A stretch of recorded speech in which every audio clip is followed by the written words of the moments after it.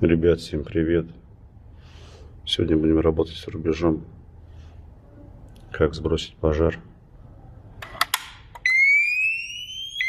Внимание! В здании сработала пожарная тревога. Просьба, не создавая паники, покинуть строение. Пользуйтесь схемами эвакуации и указателями «Выход». Покинуть строение. Готово.